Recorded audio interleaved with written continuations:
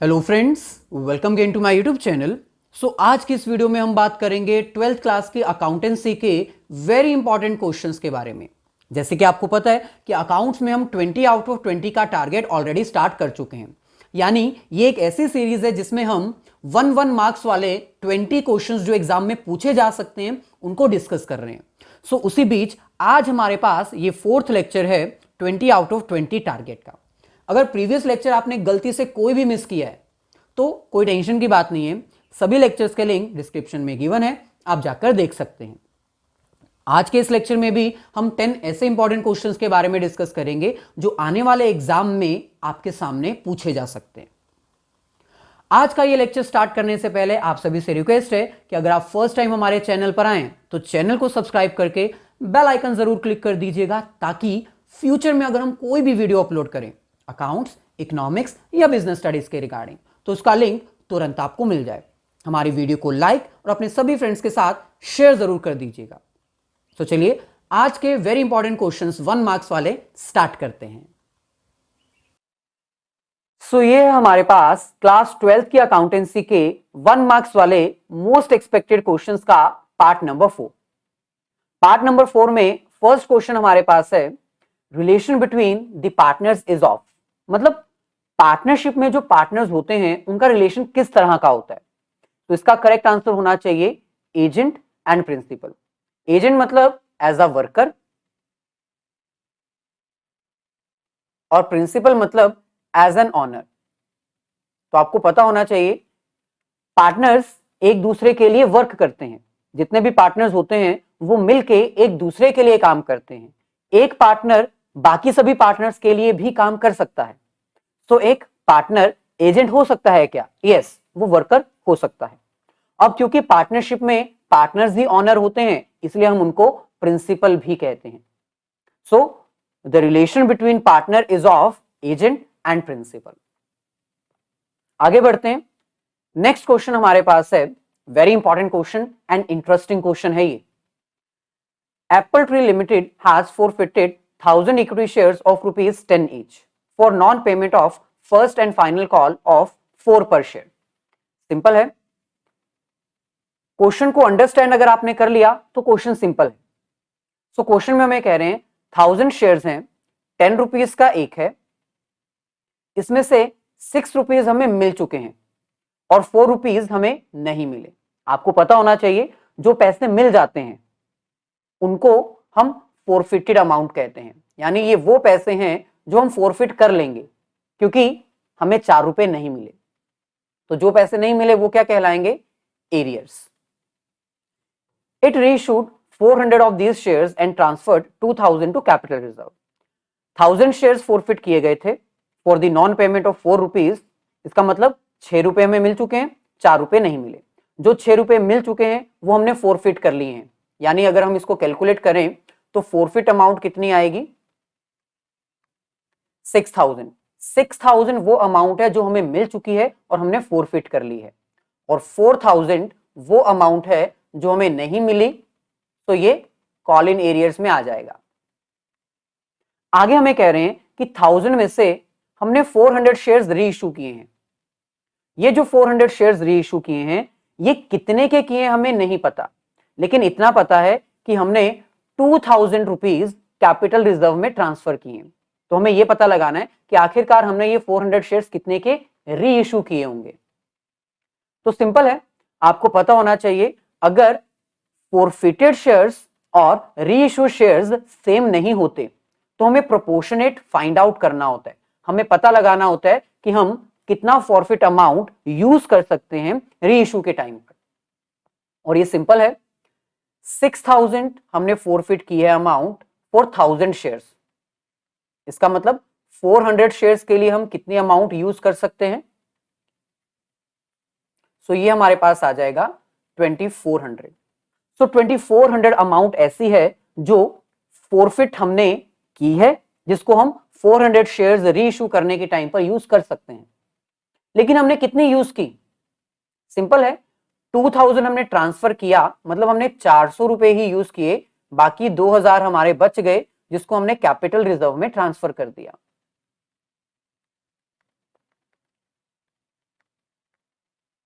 इस 2000 को हमने कैपिटल रिजर्व में ट्रांसफर कर दिया। इसका मतलब सिंपल है, 10 रुपए का शेयर था, 10 रुपीज का शेयर था, जिसमें से हमने 400 रुपीज यूज किए हैं। किस पर्पस के लिए? री इशू करने के लिए। यानी देखा जाए तो 1 रुपीज बनता है, बाकी जो 9 रुपीज है वो क्या हो गई? री इशू वैल्यू, यानी कि 3600। तो ये क्वेश्चन थोड़ा ट्विस्टेड है, इसको थोड़ा ध्यान से अंडरस्टैंड करना पड़ेगा। 2400 हम फोरफिट अमाउंट यूज कर सकते थे, 2000 हमने ट्रांसफर किया, इसका मतलब 400 ही यूज हुआ ना। तो वो 400 हमने यूज किया, क्यों? क्योंकि री इशू करते टाइम हमने हमारे शेयर्स डिस्काउंट पर इशू किए थे, तो इसलिए हमने 400 यूज कर लिया। 400 यूज करने का मतलब है 1 रुपीज पर शेयर, तभी तो 400 आएगा।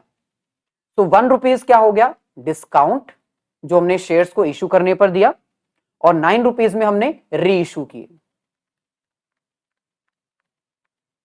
सो 9 रुपीज के अकॉर्डिंग 400 शेयर्स यानी 3600 हमें रिसीव हुए हैं।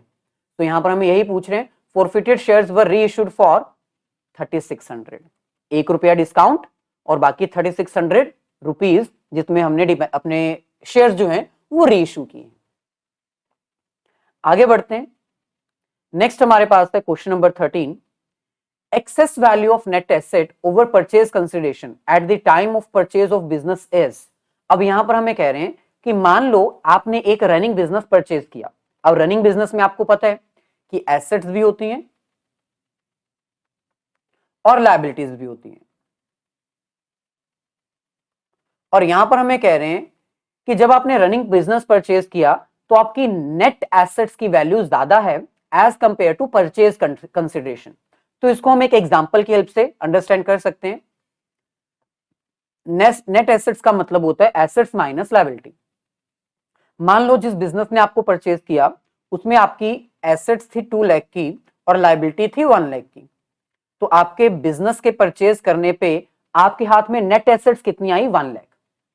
मान लो आपने बिजनेस 1 लाख वाला कितने में परचेज किया? परचेज कंसिडरेशन का मतलब होता है जिस वैल्यू पर आपने बिजनेस परचेज करने का एग्री किया था। तो मान लो आपने ये बिजनेस 50,000 के रुपीज में परचेज करने का एग्री किया था। तो इस सिचुएशन को हमने प्रैक्टिकली आपके सामने रख दिया। Excess value of net assets, net assets ज्यादा है as compare to purchase consideration. इस सिचुएशन में जो एक्सेस वैल्यू है, ये जो 50,000 है, ये आप जर्नल एंट्री में कहां लिखोगे? सिंपल है, आपकी डेबिट साइड ज्यादा है क्रेडिट साइड के कंपैरिजन में। तो इसका मतलब ये 50,000 की अमाउंट जर्नल एंट्री में क्रेडिट ही होगी। तो एंट्री क्या आएगी? Capital reserve, option A. हां, अगर आपकी नेट एसेट्स कम होती, 50,000 होती और परचेज कंसिडरेशन 1 लाख होता, तब आप डेबिट करते कहां? गुडविल में। तो इसमें हमने क्रेडिट क्यों किया? क्योंकि सिंपल है, आपने 1 लाख रुपए वाला बिजनेस 50,000 में परचेज कर लिया, तो 50,000 आपका कैपिटल नेचर का प्रॉफिट है, कैपिटल रिजर्व। आगे बढ़ते हैं। नेक्स्ट हमारे पास है question number 14।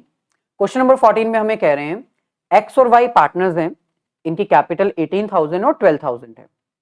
A new partner एक एडमिट किया गया जेड, उसका शेयर कितना है? 1/5, और उसके लिए वो 14,000 बिजनेस में लेकर आएगा।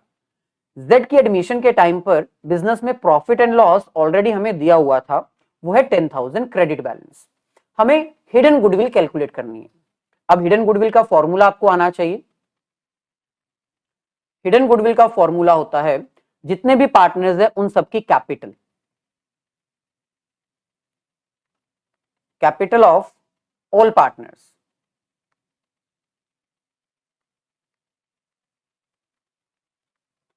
पहले नंबर पे हमें ये चाहिए, दूसरे नंबर पे हमें क्या चाहिए?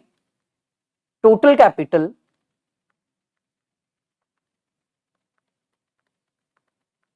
Based on new partners capital. हमें ये दो चीजें चाहिए और इन दोनों के डिफरेंस की हेल्प से हम इजीली हिडन गुडविल कैलकुलेट कर सकते हैं।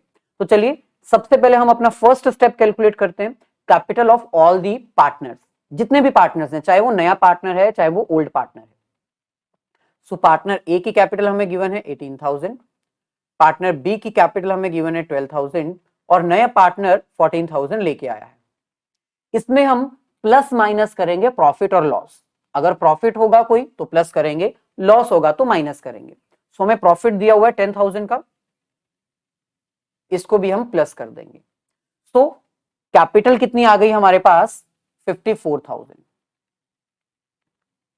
अब न्यू पार्टनर कितनी कैपिटल लेकर आया है 14,000, इसको मल्टीप्लाई कर देंगे न्यू पार्टनर के रेसिप्रोकल शेयर के साथ।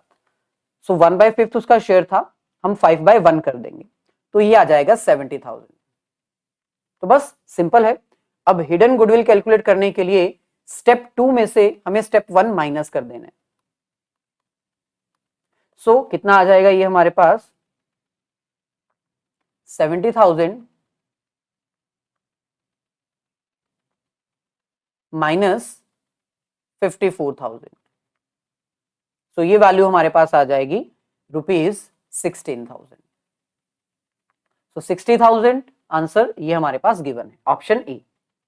सो ये पॉइंट जरूर याद रखिएगा, प्रॉफिट और लॉस भी हमें प्लस माइनस करना होता है।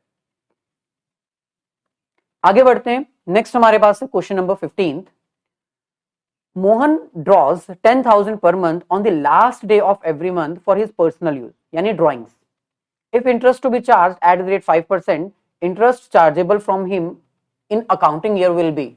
अब यहां पर हमें कह रहे हैं मोहन जो है वो 10,000 विड्रॉ करता है पर मंथ, तो पहले तो 12 से मल्टीप्लाई करेंगे, ये आ जाएगा 1,20,000। इंटरेस्ट रेट कितना है 5%, और क्योंकि वो लास्ट डे में मतलब अमाउंट विड्रॉ करता है तो इसका रेट हमारे पास अप्लाई होगा 5.5। आपको याद होना चाहिए ये सारे रेट, मतलब कितने मंथ के लिए ड्राइंग्स चार्ज की जाती हैं। इन द बिगनिंग होगा तो 6.5, इन द मिडल होगा तो 6, अगर एट द एंड होगा तो 5.5। ऐसे ही क्वार्टरली, हाफ ईयरली, है ना, तो वो सब रेट आपको याद रहने चाहिए, एग्जाम में कैलकुलेशन करने का टाइम आपके पास नहीं होगा। तो इसको सॉल्व करेंगे तो ये हमारे पास आ जाएगा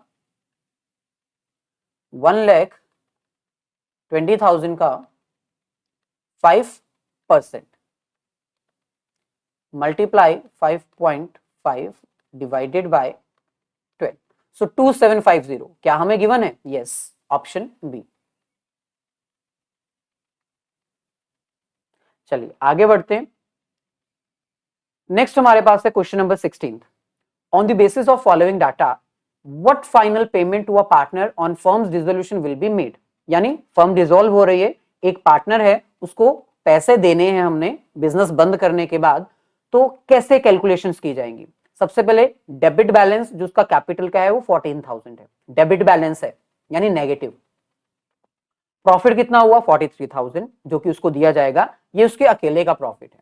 और एसेट जो वो बिजनेस में से ले गया था डिसोल्यूशन के टाइम पर वो है 17,000। तो बहुत ही सिंपल है,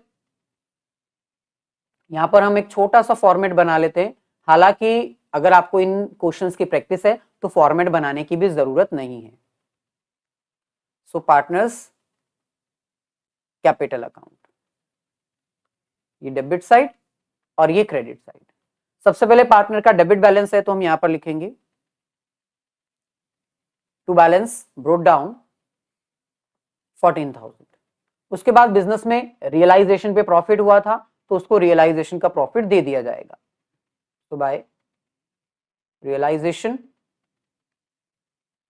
अमाउंट आ जाएगी 43,000। अब क्योंकि पार्टनर बिजनेस में से एसेट लेके गया था तो एसेट की वैल्यू हम उसके अकाउंट से डिडक्ट करेंगे, माइनस करेंगे, यानी डेबिट करेंगे। तो यहां पर हम लिखेंगे टू एसेट्स 17,000। बस अब हमें डिफरेंस चेक करना है, क्रेडिट साइड ज्यादा है डेबिट साइड कम है, इसका मतलब उसको पेमेंट की जाएगी, उसको पैसे दिए जाएंगे। कितने? 43,000 माइनस 14 एंड माइनस 17, तो ये आ जाएगा 12,000। सो कितनी अमाउंट पे की जाएगी पार्टनर को? Option C 12,000। आगे बढ़ते हैं, अब हम बात करते हैं अपने पार्ट बी की, एनालिसिस ऑफ फाइनेंशियल स्टेटमेंट। तो इसमें क्वेश्चन नंबर 27 हमारे पास है, share application money refundable is shown as. अब बहुत सारे रीजन होते हैं जिसमें कई बार कंपनी को शेयर एप्लीकेशन की मनी वापस करनी पड़ती है, और उसका एक सबसे बड़ा रीजन क्या है, सेबी के रूल्स के अकॉर्डिंग अगर 90% आपके शेयर्स मार्केट में सब्सक्राइब नहीं हुए हैं तो आपको जितनी भी एप्लीकेशन मनी मिली होगी वो आपको वापस करनी पड़ेगी। तो शेयर एप्लीकेशन मनी अगर रिफंडेबल है तो ऑब्वियसली वो लायबिलिटी है। तो वो लायबिलिटी कहां शो की जाएगी, option B, other current liabilities में। आगे बढ़ते हैं। नेक्स्ट हमारे पास है current ratio of Vidhur private limited is 3:2। तो यहां पर हम लिख लेते हैं करंट रेशियो हमें गिवन है 3:2, यानी अगर हम इसको सॉल्व करें तो ये आएगी नियर अबाउट 1.5:1। लेकिन अकाउंटेंट चाहता है कि हम इसको मेंटेन करें एट 2:1। सो इसका मतलब वो अपनी इस रेशियो को इंप्रूव करना चाहते हैं, अपनी करंट रेशियो को इंक्रीज करना चाहते हैं। नीचे 3 ऑप्शंस दिए गए हैं, इन तीनों में से बताओ कि किस ऑप्शन को चूज किया जा सकता है। एक एक करके चेक करते हैं। मान लो फर्स्ट हमारे पास है ही कैन रीपे बिल्स पेएबल, तो हम इसको एक एग्जांपल की हेल्प से सॉल्व करते हैं। मान लो कि आपकी current,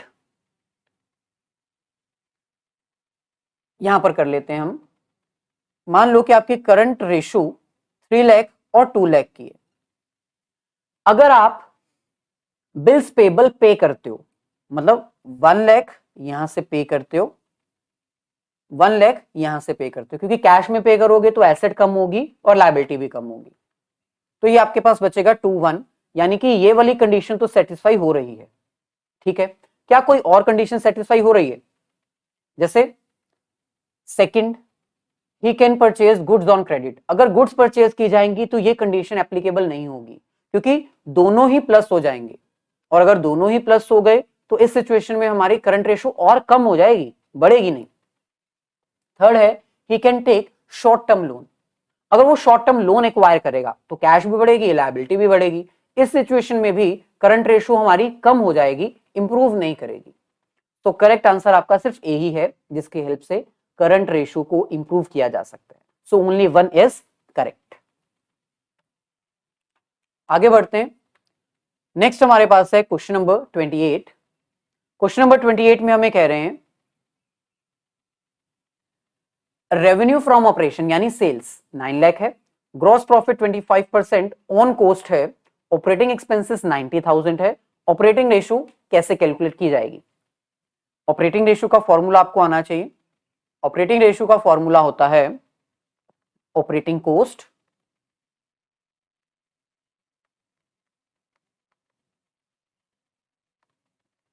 divided by net sales multiply 100। अब इस क्वेश्चन को सॉल्व करने के लिए नेट सेल्स तो हमारे पास है 9 लाख, लेकिन हमारे पास ऑपरेटिंग कॉस्ट नहीं है। ऑपरेटिंग कॉस्ट कैलकुलेट करने का फॉर्मूला होता है cost of goods sold plus operating expenses. अब ऑपरेटिंग एक्सपेंसेस तो हमारे पास हैं, हमें दिए हुए हैं 90,000, लेकिन कॉस्ट ऑफ गुड्स सोल्ड नहीं गिवन, तो उसको कैलकुलेट करने के लिए हमें ग्रॉस प्रॉफिट रेशियो दी हुई है। जब भी आप रेशियो चैप्टर का कोई भी क्वेश्चन सॉल्व करो ना, तो इतना याद रखो ये जितनी भी इंफॉर्मेशन दी होती है ना, ये कहीं ना कहीं यूज जरूर होती है। अब नेट सेल्स और ग्रॉस प्रॉफिट दिया हुआ है, तो net sales is equals to cost of goods sold plus gross profit, ये फॉर्मूला होता है ना। तो नेट सेल्स आपकी 9 लाख है, सीओजीएस आपको नहीं पता है, एज्यूमेट एक्स, और ग्रॉस प्रॉफिट कितना है 25% ऑफ कॉस्ट। 25% ऑफ कॉस्ट का मतलब है 25% ऑफ एक्स, क्योंकि कॉस्ट हमें पता ही नहीं कितनी। अब हम इसको सॉल्व करते हैं एलसीएम वगैरह लेके।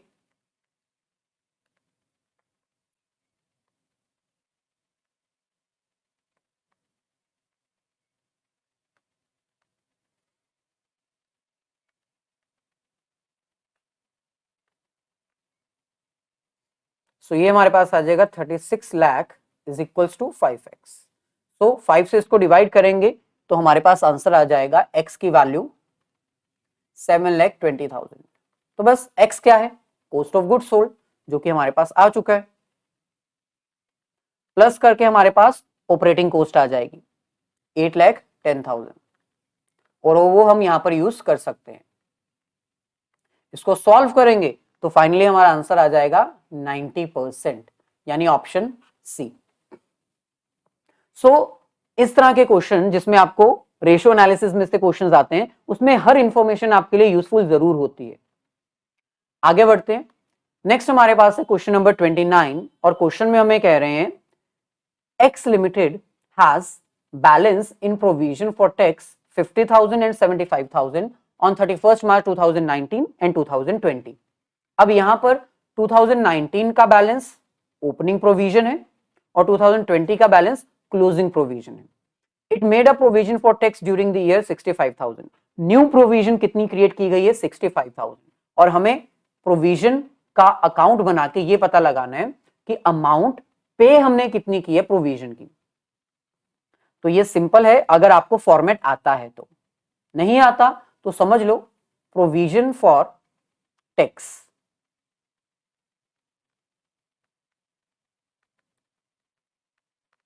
प्रोविजन फॉर टैक्स में ये आपके डेबिट साइड, ये आपके क्रेडिट साइड। अब आपको पता होना चाहिए प्रोविजन यानी प्रॉफिट में से निकाला गया पैसा। आपको पता है कि टैक्स देना है, ये एक नॉन लायबिलिटी है, इसलिए आपने उसकी प्रोविजन बनाई है। सो क्योंकि ये प्रॉफिट का पार्ट होता है, हर प्रोविजन प्रॉफिट का ही पार्ट होता है, तो हर प्रोविजन का बैलेंस भी क्रेडिट साइड से ही स्टार्ट होता है। तो ओपनिंग बैलेंस यहां से स्टार्ट होगा बाय बैलेंस ब्रोट डाउन। कितना बैलेंस हमारे पास है? बिगिनिंग 50,000 और क्लोजिंग बैलेंस कितना है? 75। तो वो हम यहां पर लिखेंगे टू बैलेंस कैरी डाउन 75। इतना लिखने के बाद अब आपको पता होना चाहिए टैक्स पे करना लायबिलिटी होता है, सॉरी टैक्स पे करना एक्सपेंस होता है। एक्चुअल में हमने कितना टैक्स पे किया होगा वो यहां पर आएगा, जो कि हमें फाइंड आउट करना है। लेकिन जो प्रोविजन हमने क्रिएट की है ये अगेन एक तरह से प्रॉफिट का पार्ट है, हमारी नॉन लायबिलिटी है, इसलिए प्रोविजन अगर हम क्रिएट करते हैं तो वो यहां पर आएगी। यहां पर लिखेंगे हम by statement of profit and loss 65,000। सो हमेशा याद रखिए opening balance, closing balance, new provision और यहां पर बैलेंसिंग फिगर जो आएगी वो कहलाएगी टैक्स पेड। तो हमने कितना टैक्स पे किया है? 50 प्लस 65, इसमें से माइनस कर देंगे 75, तो बैलेंस हमारे पास आएगा 40,000। So correct answer option C 40,000। आगे बढ़ते हैं। नेक्स्ट हमारे पास है question which of the following transaction will not result into cash flow of cash inflow or outflow of cash। यानी ऐसी ट्रांजैक्शन जिससे ना ही कैश बिजनेस में आएगा और ना ही कैश बिजनेस से जाएगा। ये 29 क्वेश्चन का और ऑप्शन है। इशू ऑफ इक्विटी शेयर्स नहीं, इसमें कैश आ रहा है बिजनेस में शेयर्स इशू करने पे, इसमें कैश जा रहा है रिडेम्पशन। परचेज ऑफ मशीनरी, इसमें भी ऑब्वियसली हम मशीनरी परचेज करेंगे तो कैश जाएगा। Cash deposit into the bank, ये करेक्ट आंसर है क्योंकि इसमें कैश बैंक में जा रहा है। बैंक एंड कैश दोनों कैश एंड कैश इक्विवेलेंट का पार्ट होते हैं, तो ना ही कैश आया ना ही कैश गया, बिजनेस का बिजनेस में रहा। चलिए लास्ट हमारे पास है question number 30। GSC limited purchase machinery 10 lakh. तो एक मशीनरी परचेज की गई है जिसकी पेमेंट हमने 2,50,000 तो चेक से की है, बाकी 10% पेमेंट, बाकी पेमेंट जो बची है 7,50,000 की वो हमने डिबेंचर्स को इशू करके करी है। तो बताओ कैश फ्लो स्टेटमेंट में कौन सी ट्रांजैक्शन इनमें से रिकॉर्ड की जाएगी? Number 1 outflow under investment activity 10 lakh. हाँ हमने मशीनरी परचेज की है तो ये इन्वेस्टमेंट एक्टिविटी का आउटफ्लो तो है। इनफ्लो अंडर फाइनेंशियल एक्टिविटी नहीं, फाइनेंशियल एक्टिविटी से हमें कोई इनफ्लो हुआ ही नहीं। हमने डिबेंचर्स इशू किए लेकिन डिबेंचर इशू करने से हमें पैसा नहीं मिला, हमने तो परचेज कंसिडरेशन के लिए डिबेंचर्स इशू किए, तो ये ऑप्शन गलत होगा। आउटफ्लो अंडर इन्वेस्टमेंट एक्टिविटी 2,50,000, क्या हमारी आउटफ्लो हुई है? 2,50,000 हमने ऑब्वियसली चेक तो पे किया है। Inflow of 750 as financial activity, option C, क्या इसका करेक्ट आंसर ये होना चाहिए? या फिर option D none of the above? I think outflow under investment activity होना चाहिए क्योंकि ऑब्वियसली हमने 2,50,000 ही पे किए, तो इसका करेक्ट आंसर ऑप्शन बी होना चाहिए। इस क्वेश्चन को लेके अगर आपको कोई डाउट है तो कमेंट सेक्शन में जरूर बताइएगा, क्योंकि यहां पर हमें एक option none of the above भी दिया हुआ है। मेरे according outflow under investment activity correct option है, क्योंकि हमने 2,50,000 ही पे किया परचेज करने के लिए मशीन की। ये था हमारा आज का लेक्चर, जिसमें हमने डिटेल में आपको 10 क्वेश्चंस 1-1 मार्क वाले कराए। अगर वीडियो अच्छी लगी तो इसको लाइक और अपने सभी फ्रेंड्स के साथ शेयर जरूर कर दीजिएगा।